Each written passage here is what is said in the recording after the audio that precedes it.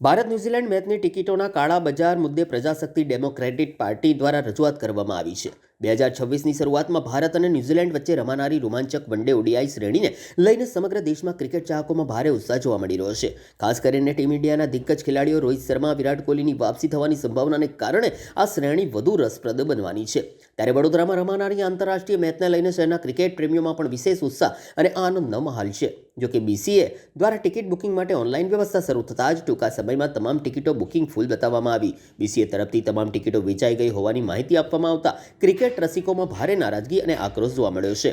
ઘણા ક્રિકેટ પ્રેમીઓએ ટિકિટોના કાળા બજારની આશંકા વ્યક્ત કરી છે। ત્યારે આ મુદ્દે પ્રજાશક્તિ ડેમોક્રેટિક પાર્ટી દ્વારા BCAની બિલ્ડિંગ બહાર સૂત્રોચ્ચાર સાથે વિરોધ નોંધાવવામાં આવ્યો હતો। પાર્ટીના આગેવાનો કાર્યકર્તાઓએ BCAના અધિકારીને આવેદનપત્ર સોંપી ટિકિટોની કાળાબજારી અંગે ગંભીર તપાસ કરવાની માંગ કરી હતી।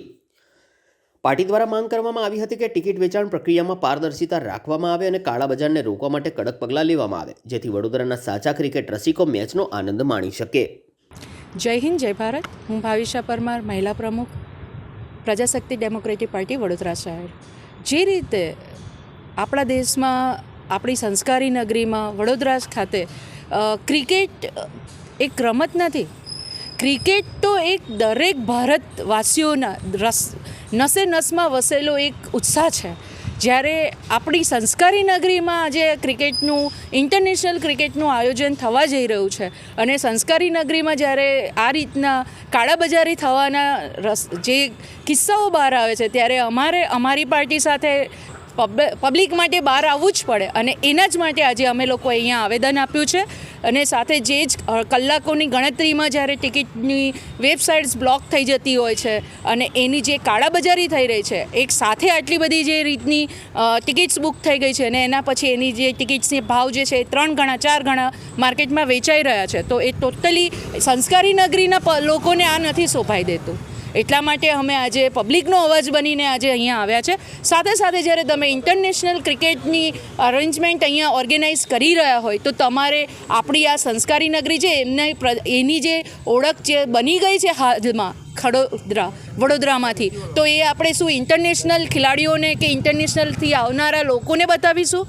ત્યાંના રોડ રસ્તા જુઓ તમે જ્યારે આટલી મોટી ઇવેન્ટ ઓર્ગેનાઇઝ કરી રહ્યા હોય તો તમને ખબર નથી પડતી કે અમારે બેઝિક નીડ્સ ત્યાં પૂરી કરવાની હોય છે।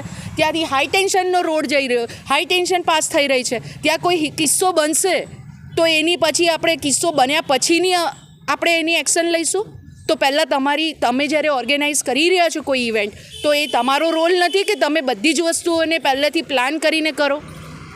હું આજે એક સોશિયલ વર્કર છું, હું આજે એક મહિલા પ્રમુખ તરીકે હું વડોદરાની જનતાનો અવાજ ઉઠાવી રહી છું અને એ જ અવાજ લઈને હું આજે બરોડા ક્રિકેટ એસોસિએશનમાં અમે લોકો અમારી ટીમ સાથે આવ્યા છે અને આજે અમે આવેદનપત્ર આપ્યું છે। જય હિન્દ, જય ભારત।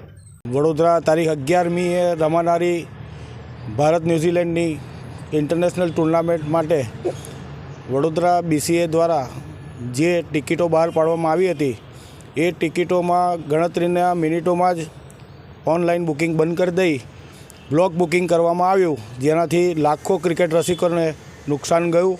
1000ની ટિકિટના 3-3 હજાર રૂપિયા આજે બજાર ભાવ બોલાઈ રહ્યો છે। આ કાળાબજારી કરવા પાછળનો હેતુ શું હોઈ શકે એ જણાવવા માટે અમે પ્રજાશક્તિ ડેમોક્રેટિક પાર્ટી વતી હું વડોદરા શહેરનો કાર્યકારી પ્રમુખ અને જિલ્લા પ્રમુખ કૌસ્તુભ ભટ્ટ આવેદનપત્ર આપ્યું છે આજે કે આની તપાસ થવી જોઈએ અને અમે પણ CBIમાં રજૂઆત કરવાના છે કે આ કાળાબજારી કરવા પાછળનો હેતુ શું, આની પાછળ કોણ સંડોવાયેલું છે એના નામ ખુલ્લા પડવા જોઈએ।